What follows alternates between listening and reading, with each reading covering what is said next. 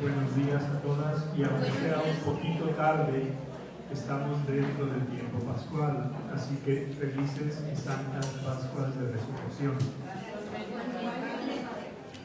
Voy a empezar esta serie de charlas con una canción religiosa a la Santísima Virgen, que nos va a servir como introducción a este minicurso que vamos a tener de aquí a junio. No son muchas las unidades que tendremos, les advierto, serán solo 5 unidades. Por eso el título que les habrá llegado es un título demasiado amplio que vamos a ir dividiendo según las etapas siguientes del próximo año. Porque el título que les mandamos fue María, mujer, esposa y madre. Yo creo que nos vamos a quedar en este primer periodo con el María, mujer. Y para que empecemos a valorar todo lo que significó la persona de María a lo largo de la historia para tantas personas de diversas categorías, desde las más sencillas hasta las más estudiadas, les pongo entonces esta canción. Yo espero que salga de inmediato y si no, tengan un poquito de paciencia.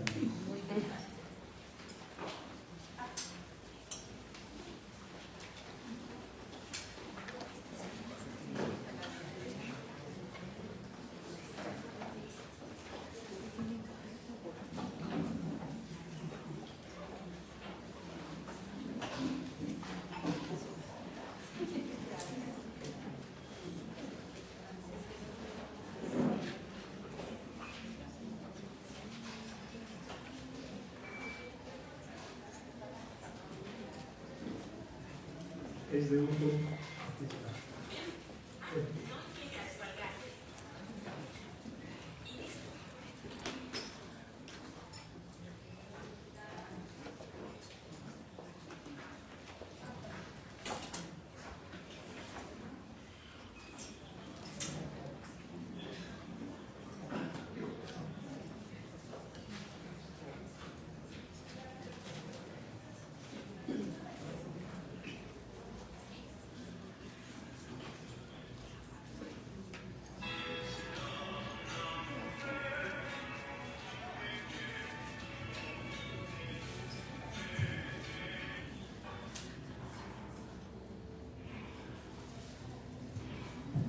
la tecnología.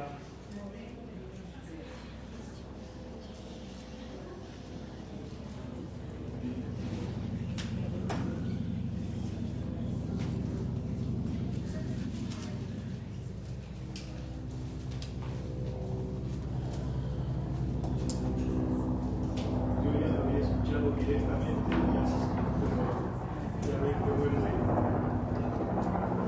Si alguien la puede encontrar, se titula ¿Quién? María es esa mujer. Y luego tiene Cesario Gabaray. Padre, perdón, no tenéis disponible el micrófono que acá atrás. Perdón. Decía que si alguien... Sí, perdón. Con toda razón. Y por favor, protesten antes. Entonces decía que si alguien la puede encontrar, porque esto todavía queda como pensando, se titula María es esa... A ver.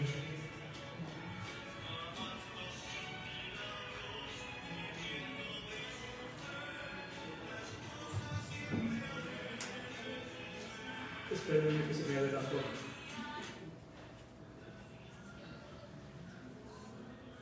¿Le puede poner el micrófono así para decir? Ahora bien.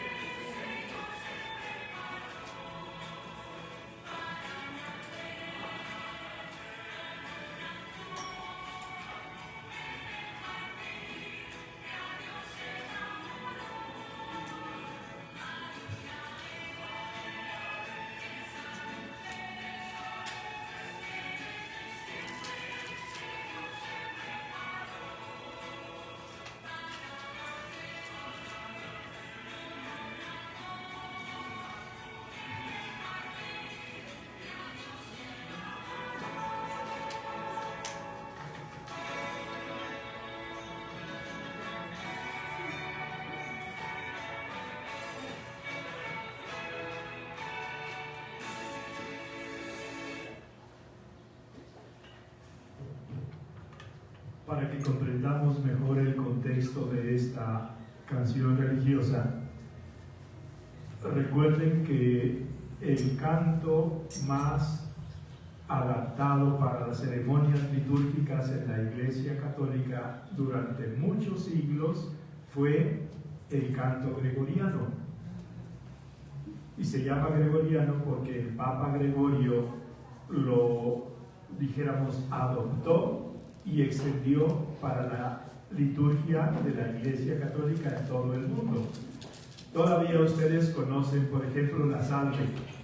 Salve Regina, salve Regina. Esa la conocen. Conocen quizás el Gloria, ciertamente en ocasiones cantamos aquí el Pange Lingua y el Tantum Ergo. Todos estos son cantos religiosos que tienen dos características. La primera, la serenidad y la profundidad de las interpretaciones, de manera que nos ayuden a penetrar en el misterio de la liturgia. Ese es el motivo fundamental de un buen canto dentro de una celebración litúrgica. Y la segunda es que era un solo idioma en toda la Iglesia Católica y era el latín. No ha dejado el latín de ser idioma oficial y tampoco el griego. Si alguna de ustedes siguió la ceremonia de la misa de Pascua en el Vaticano, en los días más solemnes, se proclama el Evangelio en latín y en griego para toda la Iglesia Católica y se acompaña con canto gregoriano. Pero a partir del Concilio Vaticano II, aunque también ya antes se había hecho algún trabajo en esa línea, el Concilio dijo: conviene en primer lugar que las personas que acuden a una ceremonia religiosa la comprendan. Y como no todos o cada vez menos comprendían el latín, se tradujo toda la liturgia católica a las lenguas de cada una de las naciones donde se tienen católicos. Y luego dijo, conviene que se vayan componiendo piezas religiosas acordes con el misterio. Y es cuando surgieron en muchos idiomas distintos cantos religiosos que se utilizan en la liturgia. Y es en este contexto donde nacen canciones como la que acabamos de escuchar, de un sacerdote español, se llamaba Cesario Gavarain, que tiene distintas piezas. Lo que tiene esta pieza que acabamos de escuchar, además de que es melodiosa, pegajosa y tranquila, es también muy rica en su contenido espiritual. Y quise yo introducir este curso sobre la Santísima Virgen precisamente con estas preguntas. ¿Quién será la mujer que a tantos inspiró poemas bellos de amor? Fíjense, el primer poema bello de amor es el Rosario. Y recuerden que el Rosario tiene dos partes: Dios te salve María y Santa María. La primera parte tiene dos apartados y los dos son bíblicos. Dios te salve María, llena eres de gracia, el Señor es contigo, la Anunciación. Bendita eres entre todas las mujeres y bendito el fruto de tu seno, la Visitación de María a su prima Santa Isabel. Luego la tradición cristiana formuló, y es lo que nosotros también rezamos: Santa María, Madre de Dios, ruega por nosotros pecadores, ahora y en la hora de nuestra muerte. Es una oración bellísima, riquísima, bíblica, que llena de contenido espiritual y de consuelo y de compañía y de sentido y de fuerza a las almas que lo rezan. Y aunque no sintamos nada rezándolo, lo que importa no es lo que sentimos, es lo que decimos. Y lo que decimos en el fondo también va transformando nuestros criterios y haciéndonos cada vez más parecidos a María. Bien, entonces vean, inspiró poemas, a tantos inspiró poemas bellos de amor. Y ahí hay muchas otras piezas religiosas que tienen canto o no tienen canto, pero son también bellísimas. Hay otra, se la voy a poner en otra ocasión, es gregoriano puro, y se empieza Salve Mater Misericordiae. Es como un comentario de la Salve Regina, de la Dios te salve. Pero si alguien quiere encontrarla, se titula Salve Mater Misericordiae. Y verán qué serena, qué profunda, y realmente cómo nos ayuda a penetrar en un misterio que es nuestra fe. Nuestra fe, en este sentido, nuestra devoción a la Santísima Virgen. Pero sigue el canto. Le rinden honor la música y la luz, piezas religiosas, y luego hablará del arte. La luz, en definitiva, es el arte. El mármol, la escultura. La palabra y el color. ¿Quién será la mujer? Y vean cómo todos los creyentes, desde el rey al labrador, la invocan en su dolor. El sabio, el ignorante, el pobre y el Señor. El santo, al igual que el pecador. Vean qué rico es esta primera estrofa, indicando que en todos los tiempos, de todas las formas y de todas las clases sociales, los creyentes invocamos en nuestro dolor a la Santísima Virgen. Y añade después, como estrofa que se repite, María es esa mujer que desde siempre el Señor se preparó para nacer como una flor en el jardín que a Dios enamoró. Respecto a esta primera parte, María es esa mujer que desde siempre el Señor se preparó. Reflexionemos. Desde el capítulo 3 del Génesis está prometida la presencia futura de María. Cuando el Señor se dirige a la serpiente, le dice, y un descendiente de la mujer, una descendiente de la mujer aplastará tu cabeza, mientras tú intentes morderle el talón. Y esa descendiente es María.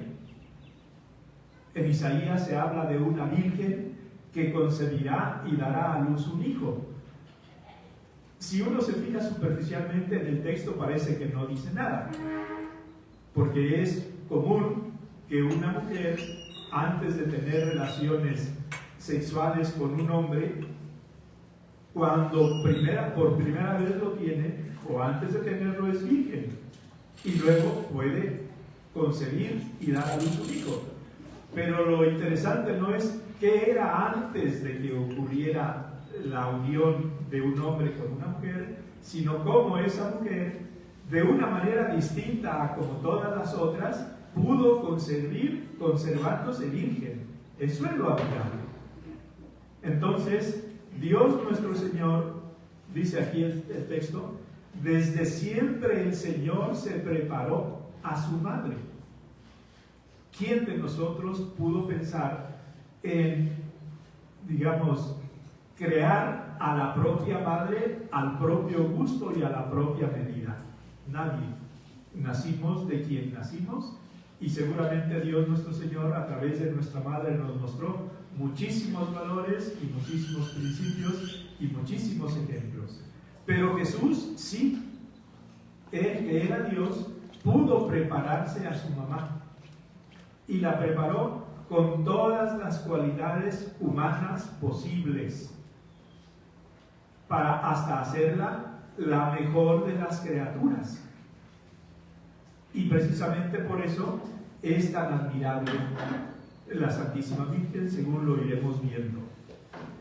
Pero fíjense entonces que cuando el Señor, allá por el año 1850 a.C., le dice a Abraham, sal de tu patria y de tu tierra y ve al lugar que yo te indicaré, haré de ti un gran pueblo, bendeciré a los que te bendigan, maldeciré a los que te maldigan, y por ti serán bendecidas todas las naciones de la tierra.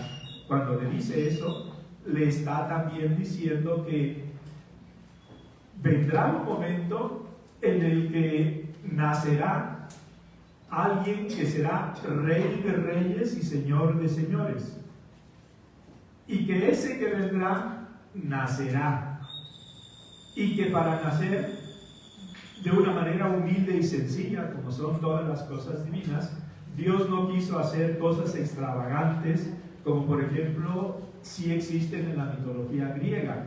Ustedes saben, por ejemplo, que la diosa Atenea, que es la patrona de Atenas, nació de una jaqueca de Júpiter, y nació ya formada como una mujer joven y guerrera, y nació ya con casco y con escudo y con todo lo demás. ¿Dios pudo hacer algo de eso? Sí, pero ¿qué sentido tiene? Dios quiso, si Él iba a nacer de la manera más sencilla y humilde, que también la mujer, preparada por Él durante más de 2 milenios, fuera sencilla y humilde, y que fuera también en ese sentido modelo de todos nosotros en tantos campos. Por eso entonces vamos a aterrizar un poco más ya. Esto es una especie de introducción para fijarnos en un primer aspecto. Les digo que vamos a tener, si fueran los martes tendríamos 7 unidades, son miércoles y tendremos 5 unidades, y esta es la primera. Así que procedamos, porque yo estoy viendo allá atrás el reloj y está muy bien puesto ahí. Sí, porque piensen, la primera vez que yo lo vi fui en Chicago. Estaba yo en una iglesia de habla española, yo tengo familia por allá y alguna vez voy a visitarlos. Entonces me pidió el párroco si podía celebrar una misa de domingo. Y le dije, sí, con mucho gusto. No recuerdo si eran las 11 o las 12 de la mañana.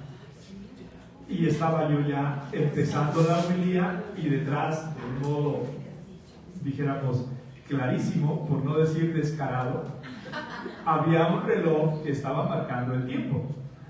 Y es muy bueno que el sacerdote que predica o que dirige una charla tenga delante el reloj, porque además de ser hijos de Dios, somos hijos del tiempo. Y el tiempo, si es precioso para el que predica, es más precioso para el que escucha. Y se puede escuchar con agrado determinado número de minutos. Se suele decir que si fuera una charla normal, esto es algo más que eso, los 10 primeros minutos mueven la inteligencia, los 10 siguientes minutos mueven el corazón, y los siguientes minutos mueven otras partes del cuerpo. Entonces es interesante tener eso sobre todo presente en las homilías, que no deben ser cursillos, no deben ser ejercicios espirituales, no deben ser conferencias infinitas, porque piensen que un sacerdote debe reflexionar en que quienes le escuchan no es a ellos a los que únicamente escuchan, y su fuente de información religiosa no son solo ellos, que ellos disponen de un número concreto de minutos. Yo siempre dije a mis alumnos, y se lo digo a ustedes, es mejor dejar a un auditorio con ganas que harto. Entonces, darle una, vamos a decir así, una cucharadita de fe está bien. Se puede digerir y se puede llevar adelante. Bueno, lo decía por el reloj que me está marcando los minutos. Y está bien, yo me entero, no se preocupen. Se lo agradezco, reloj. Primer apartado, entonces, vamos a ver dentro de María, mujer, criatura. Esa es la primera nota que tiene la Santísima Virgen dentro de lo que pues es su parecido con nosotros. Y aquí vamos a hablar de 3 aspectos: del corazón, del estatuto, digamos, antropológico de la mujer, y luego de la condición de criatura en la Santísima Virgen. ¿Por qué vamos a empezar hablando del corazón? Porque lo que hace grande o pequeña a una persona, lo que hace santa o diabla a una persona, no es su estatura, no es su condición social, no es su edad, no son sus estudios, no son sus títulos, no son sus relaciones, es su corazón. Y entendemos aquí corazón no en el sentido que puede existir entre un marido y una mujer. Oye, corazón, esta tarde vamos a Tlaquepaque, por decir. No es ese el sentido. Tampoco es el sentido fisiológico del órgano que bombea la sangre a todo el organismo. Es el sentido bíblico. Y el sentido bíblico de corazón indica el centro espiritual de la persona. Ese centro espiritual de la persona es el lugar en donde se toman las decisiones grandes, pequeñas y mínimas. Es el lugar donde se capta mejor la voz de Dios. Es el lugar donde uno acepta o rechaza personas, propuestas, planes, proyectos, programas. En definitiva, recuerden lo que dice el Señor: no es lo que entra por la boca lo que daña al hombre, es lo que sale del fondo del corazón. Y es en ese sentido en el que nosotros tenemos que ver que el corazón de la Santísima Virgen María es el corazón más perfecto que Dios creó, porque Él pudo crearla de una manera especialísima a su imagen y semejanza.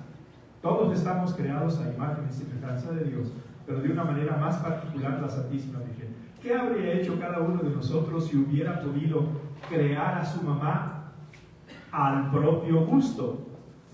Seguro que todas nuestras mamás han tenido y tienen muchas cualidades, seguramente, muchos valores seguramente, pero limitadas como son, personas humanas como son, tienen también pues carencias, defectos, fragilidades, quizás alguna contradicción, y eso es humano. Pero Dios, que pudo crearse a su mamá, la creó perfecta en María como mujer. Y le dio en ese sentido un corazón perfecto. No significa, ¿cómo decir?, al margen de dificultades o de problemas o de tentaciones. Porque si Jesús, que era Dios y hombre perfecto, tuvo tentaciones y tuvo pruebas, piensen un poquito en las tentaciones al inicio de su vida pública, piensen en Getsemaní, pues la Santísima Virgen también tuvo. No nos narra la Sagrada Escritura ninguna específica, pero podemos intuir algo, por ejemplo, cuando la Santísima Virgen le dice a Jesús, cuando se le pierde, dice que se le pierde, porque tampoco realmente no se le perdió, porque él había hecho la advertencia. Cuando mamá, la Santísima Virgen, le dice: hijo, ¿por qué nos has hecho esto? Mira que tu padre y yo te buscábamos angustiados. Y ya era el tercer día. También, para que lo comprendamos mejor, les comento que era costumbre que hombres y mujeres viajaran separados en trayectos amplios, y que si José no vio a Jesús con él, pensó que estaba con María, porque el niño podía ir con los dos. Y si María no vio a Jesús con ella, dijo: pues seguramente va con José. Pero al final de la primera jornada se reúnen y ven que no está Jesús. Primer día. Segundo día, hay que regresar a Jerusalén. Y tercer día es cuando encuentran a Jesús. Y el Señor les dice: ¿y por qué me buscaban? ¿No sabían que yo debía estar en las cosas de mi Padre? Por tanto, nos da a entender el Señor que ya les había advertido que iba a hacer de las suyas. Y que ellos debieron también tener presente eso. Quizás, pues, en fin, eran criaturas también como nosotros, no les había caído del todo el 20. Pero con esto quiero decir que María, angustiada, estuvo buscando a su hijo. 3 días sin el Hijo de Dios, y había sido elegida para ser madre de él. Por tanto, guardiana, custodia, protectora, madre, sencillamente. Entonces, un corazón perfecto como centro espiritual de la persona. Pero también este corazón se puede definir como un santuario donde solo debe caber Dios. Nosotros en ocasiones nos empeñamos en meter más cosas, personas, animales, lo que queramos. Sí, porque hay tantos perrijos por ahí, ¿no? O gatijos que se llaman. Y yo los veo no con poca frecuencia cuando salgo a pasear por ahí, por donde nosotros vivimos en Solares. En fin, pero en ese lugar debería estar solo Dios, santuario de Dios nuestro Señor. Pero también la Sagrada Escritura define el corazón, centro de la persona, como un abismo sin fondo. Es lo propio de un abismo, que no tenga fondo. Y en un abismo cabe todo. Y caben todos. Quiere con esto decirse, en el fondo, que siendo, dijéramos, llamémoslo un contenedor espiritual, en ese contenedor cabe todo lo que uno quiera meter. Por eso la Sagrada Escritura lo llama abismo. Pero también el profeta Jeremías, para que advirtamos, dice que no hay nada más enfermo y torcido que el corazón del hombre. ¿Quién dijo eso? El profeta Jeremías. No tengo yo ahora la cita, estoy citando de memoria, pero se puede encontrar. Entonces, estos son datos realísticos de la Sagrada Escritura para que lo tengamos presentes. Y no pensemos que toda persona es perfectamente un libro abierto. Para que capten lo que significa, lo que hay detrás. San Agustín, podemos decir que fue entre las 5 personas más inteligentes de la historia, ciertamente una de ellas. Y él, hacia el final de su vida, y vivió más de 80 años, dijo, escúchenlo, me he convertido a mí mismo en un gran interrogante. San Agustín. Entonces es muy pretencioso pensar que ya nos conocemos perfectamente. Y es más pretencioso pensar que ya conocemos perfectamente a quienes nos rodean. Si por un lado somos un abismo profundo, y por otro lado el corazón es lo más retorcido y enfermo que existe, y por otro lado, como conclusión, dice San Agustín, me he convertido a mí mismo en un gran interrogante, pues hemos de concluir que el corazón, por un lado, dijéramos, es lo más precioso que tenemos, pero es también lo que más se puede deformar. Y debajo está lo que Dios quiso, nos hizo imagen y semejanza de Él, y nos hizo imagen y semejanza de Él por las facultades espirituales que nos dio, por nuestra inteligencia, por la que captamos la verdad, y por nuestra voluntad, que es libre, por la que nos adherimos al bien y podemos adherirnos al mal. Por eso hay que decir también otras 2 cosas, que el corazón es como una morada disputada entre Dios y el demonio, entre el bien y el mal, entre la luz y las tinieblas. Y todo lo que hay de luz en nosotros o en otras personas viene de Dios. Pero no solo hay luz en nosotros, también hay zonas oscuras, hay momentos de confusión, etapas, dijéramos también, de penumbra, y eso tenemos que comprenderlo como una parte de nuestra estructura como personas. Y eso también existió en María.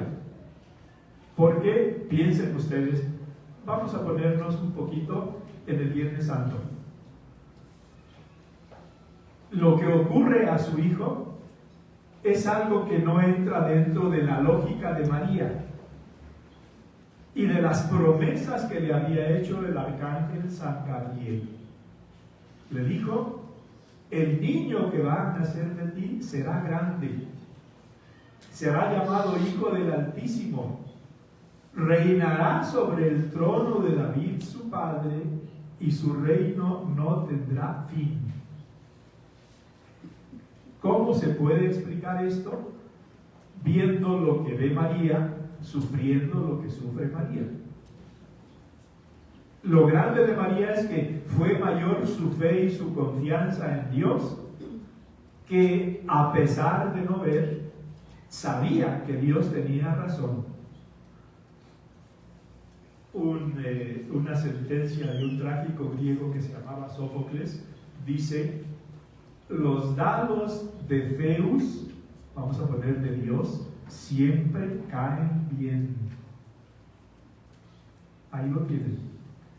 Entonces, María, teniendo el corazón más perfecto, tuvo también dificultades, dijéramos, a la altura de ese corazón, o sea, dificultades muy serias, muy duras, muy patentes y, como decir, muy cuesta arriba de llevar.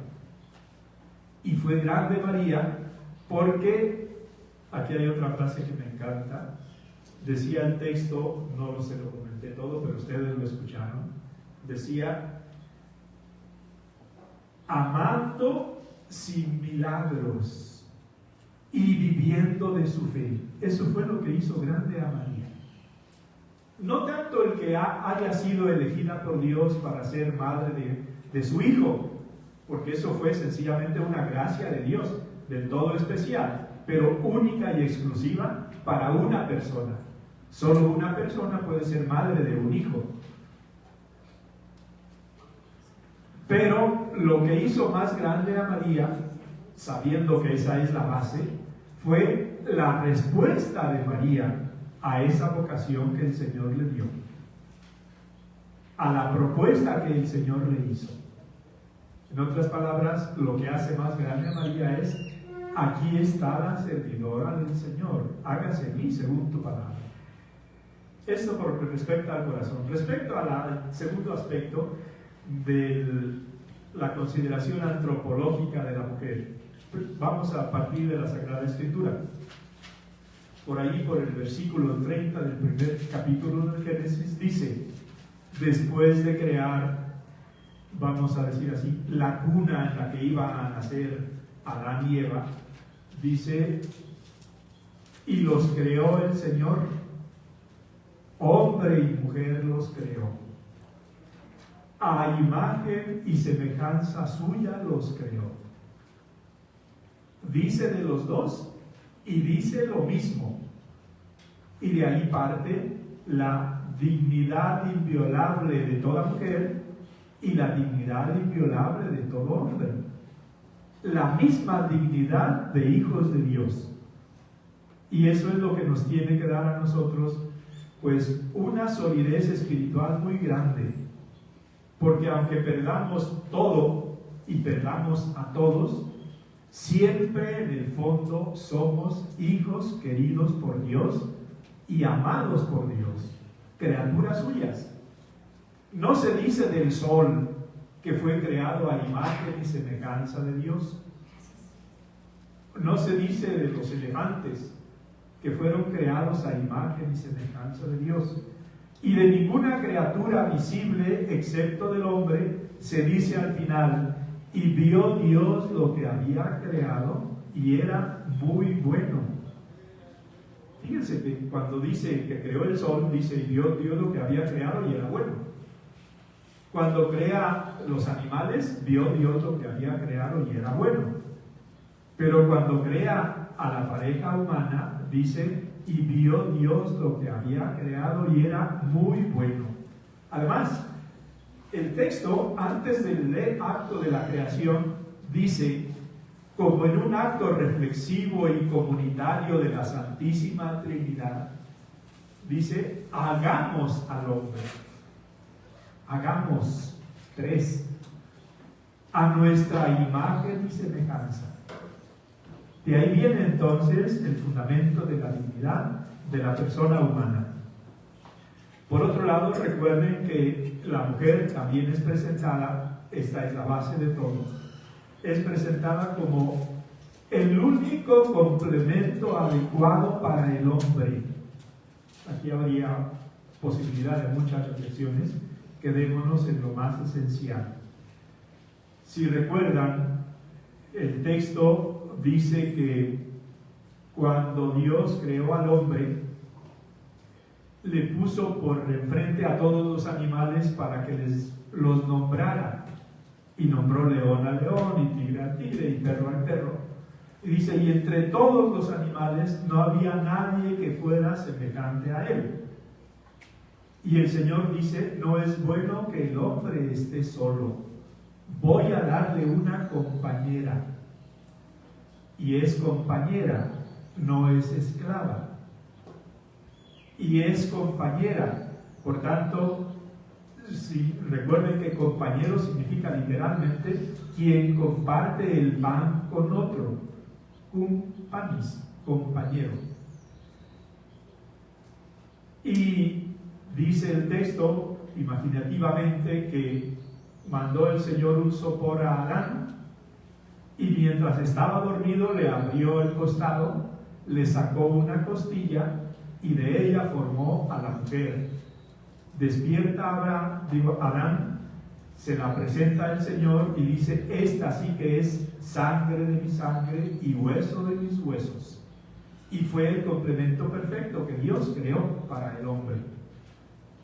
Por eso hay que estar atentos para que advirtamos cómo desde la Sagrada Escritura, para quienes tenemos fe, y si no, desde la fisiología y desde la psicología, hay argumentos más que suficientes para que, aunque comprendamos elecciones en otros sentidos de uniones entre hombres con hombres y mujeres con mujeres, aquí advertimos que eso no es lo que pensó Dios, y eso no es lo que dice la ciencia, y no es lo que dice la fisiología, y no es lo que dice la psicología.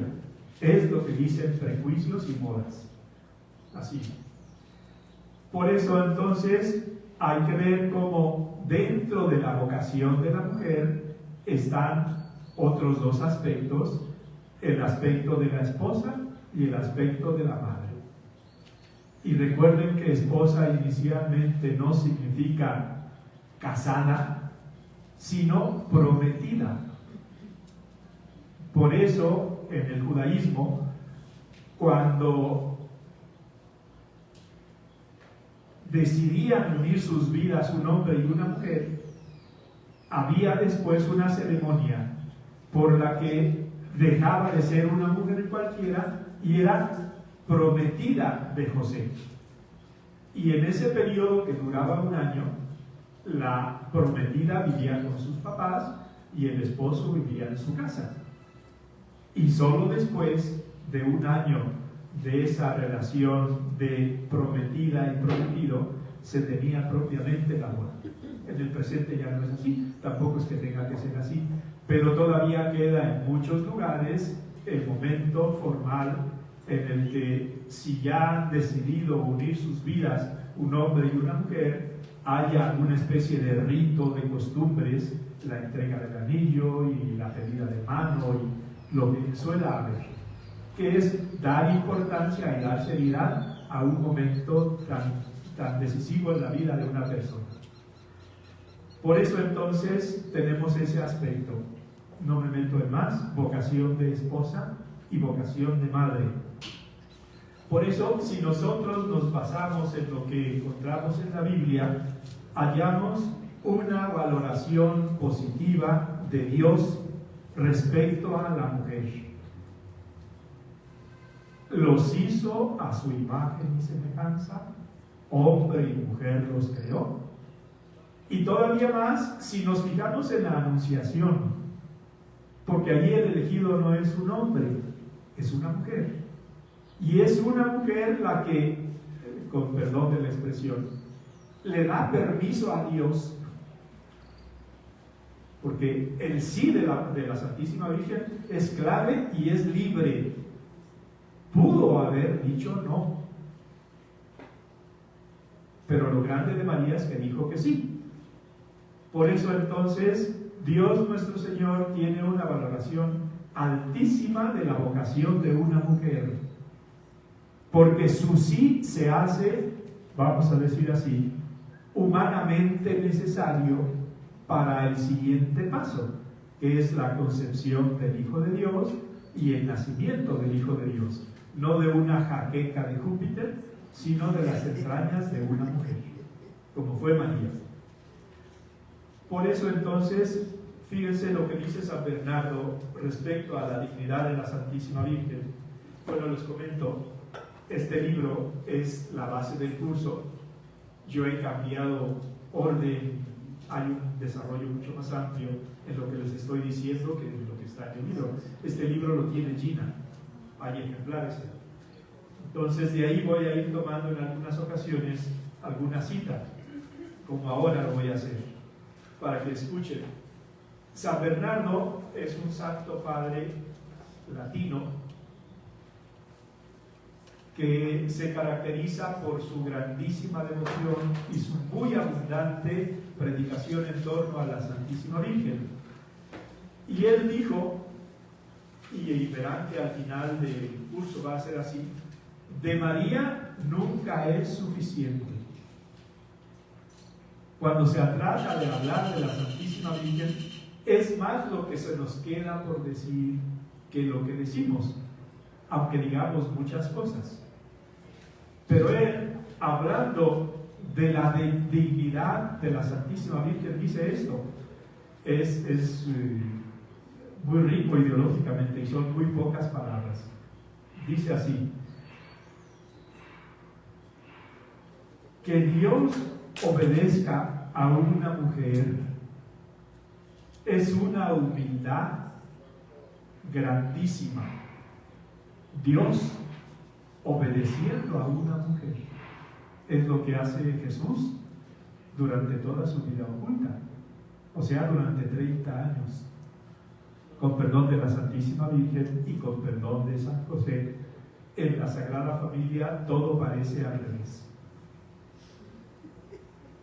Quien obedece a los dos es el más grande, es Jesús. La segunda más importante obedece al tercero, que desde el punto de vista jurídico es el importante, que es José. Pero todavía más, es más admirable lo que dice aquí San Bernardo, que Dios obedezca a una mujer. ¿Qué humildad más grande puede haber que esa? Y lo segundo, que una mujer mande en Dios, dice, eso es una elevación sin igual. Y realmente es eso. Ahora, la Santísima Virgen, vamos al tercer apartado, que es de criatura. La Santísima Virgen es la más perfecta de todas las criaturas. Es la mejor. Hay una frase del profeta Isaías, si no recuerdo mal, que dice: tú eres el orgullo de nuestra raza.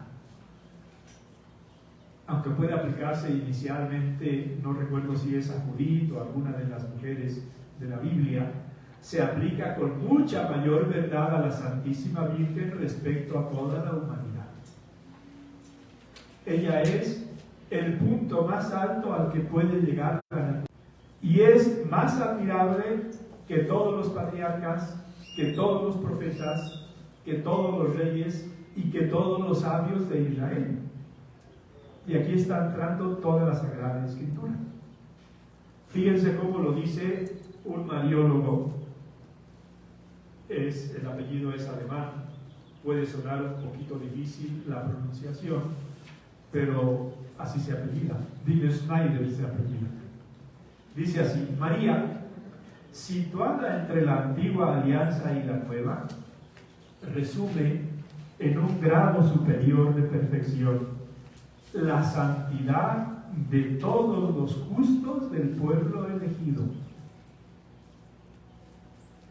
Todos ellos son un simple diseño de la santidad de María, porque ella es en quien será formado Cristo, en quien converge la santidad de todos. Cuanto hay de esperanza y de piedad en los grandes personajes del Antiguo Testamento, queda sin alcanzar la cumbre espiritual, que es patrimonio de la más privilegiada de las almas israelitas. La perfección consumada de Israel no hay que buscarla en Abraham, padre de todos los creyentes, ni en Moisés, quien conduce al pueblo de Israel a través del desierto a la tierra prometida, ni en David. Y vean cómo estamos hablando de patriarcas, de reyes y de profetas, porque David es profeta y es también rey. Ni en alguno de los profetas, aun de los más ejemplares, como puede ser Isaías, como puede ser Oseas, como puede ser Ezequiel, etc., sino en Nuestra Señora. Ella fue la síntesis viva, fíjense todo lo que dice, de cuanta amabilidad, castidad y valor hubo en las heroínas del pueblo de Dios. Toda la vida espiritual de los tiempos pretéritos alcanza en María su apogeo, su punto de perfecta madurez. Ella fue, como la saludamos nosotros, la Virgen fiel, cuya fidelidad ha sido, después de tantas infidelidades de los de su raza, la respuesta adecuada a la fidelidad de Yahvé. Si algo constatamos nosotros desde la primera página del Génesis, es por un lado la fidelidad de Dios y por otro la infidelidad del hombre. Y eso con todas las personas que van apareciendo a lo largo del Antiguo Testamento y sobre todo con el pueblo, porque recuerden que no una vez sino muchas veces los profetas critican al pueblo judío por ser un pueblo de cabeza dura. Dicen de dura servicio, pero es cabeza dura, ¿sí? Y si es cabeza dura, es corazón duro. Volviendo al tema del corazón. Y no hay nada peor en la vida de una persona que el endurecimiento del propio corazón. Porque una vez endurecido el corazón, se hace incapaz de captar dónde está el bien y dónde está el mal. Y va a llamar bien al mal y mal al bien. Y si así andamos, todo anda confundido. Por eso entonces hay que ver, María es la mejor de las criaturas. De ahí que también encontremos nosotros en ella la mayor comprensión. Hay otra canción religiosa que ustedes conocen que dice, no me viene el inicio, pero dice: comprensiva por ser mujer y madre. Eres vida, dulzura y esperanza, Dios te salve. Entre pueblos y horrores desterrados, los hombres te cantamos. En el valle de lágrimas perdidos te buscamos. Se llama Dios te salve María. Pero en definitiva es una oración, porque recuerden que el que canta ora 2 veces. Iba a decir si canta bien. Porque también una sugerencia fraterna, no lo tomen como una crítica. No digo, vamos a decir, en algún lugar cerca de allá y lejos de aquí. Puede ocurrir que de 12 personas que canten, salgan 12 notas distintas simultáneamente. Entonces, el consejo fraterno es este: si yo no estoy seguro de que conozco la tonada, y aunque esté seguro, nunca voy a cantar escuchándome. Debo cantar escuchando a los que están a mi alrededor. Y si veo que ando un poquito más arriba o más abajo, o me pongo a tono o me callo. Es la mejor oración y el mayor acto de caridad en la celebración litúrgica. Bueno, esto a propósito de María, comprensiva por ser mujer y madre. Porque si es la mejor de las criaturas, una gran cualidad de las criaturas es la comprensión. Y recuerden que comprensión significa que yo tengo en cuenta todas las posibilidades de interpretación o de reacciones de las personas ante un comentario, ante un silencio, ante un gesto. Y sobre todo comprendo la necesidad que otra persona en un determinado momento puede tener o de mi silencio, o de mi apoyo, o de mi cercanía, o de mi abrazo, de lo que yo capte que sea necesario. Y comprensiva significa tener presentes todas esas posibilidades y elegir la mejor actitud. Si es el silencio, y muchas veces será eso.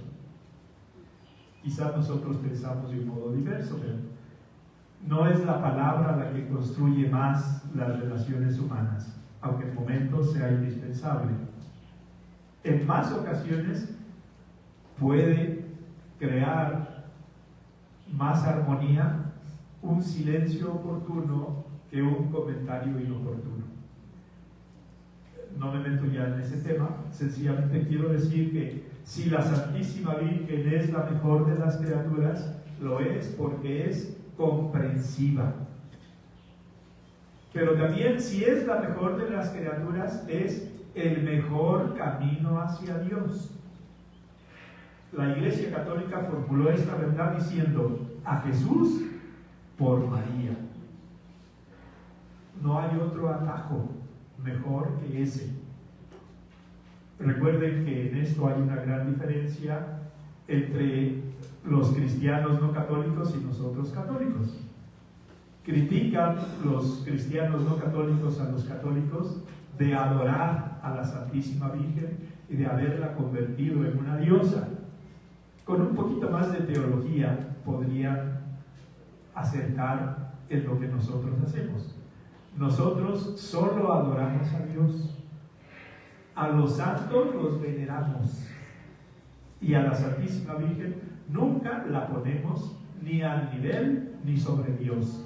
Es hija de Dios, es madre de Dios, es esposa del Espíritu Santo, pero es una criatura como nosotros. Por eso nosotros la veneramos y no más. Por eso entonces la Virgen es el mejor camino hacia Dios. Y de aquí que lo único que ella nos va a decir es lo que dijo ya en las bodas de Caná. Tuvo dos frases. ¿Quién me las recuerda? Hagan lo que hacen, ya se les dice. Muy bien. ¿Y la anterior? Falta. No hay vino. No tienen vino.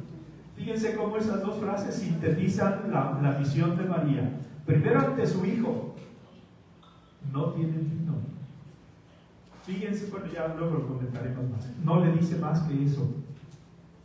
Pero después a los que están sirviendo en el banquete les dice: hagan lo que Él les diga. Por eso es el mejor camino hacia Dios nuestro Señor. Son las 11:59. Preguntas, lamentos, críticas, objeciones o lo que ustedes quieran. ¿Ninguna pregunta? ¿Ningún comentario? A ver, dígame. Hubo una frase que me gustó, pero no alcancé a apuntarla. A ver si me acuerdo. No es la palabra la que construye, sino que... El silencio oportuno. No es la palabra inoportuna sino la que construye, sino el silencio oportuno. Gracias, Padre. ¿Algo más? ¿No? ¿O entendieron todo? ¿Sí? ¿O no quiero pensar en otra alternativa? Vamos a dar gracias a Dios. Te damos gracias, Señor, por todos tus beneficios, a ti que vives y reinas por los siglos de los siglos. Cristo, Rey nuestro. Virgen prudentísima, María, Madre de la Iglesia. Ruega por nosotros.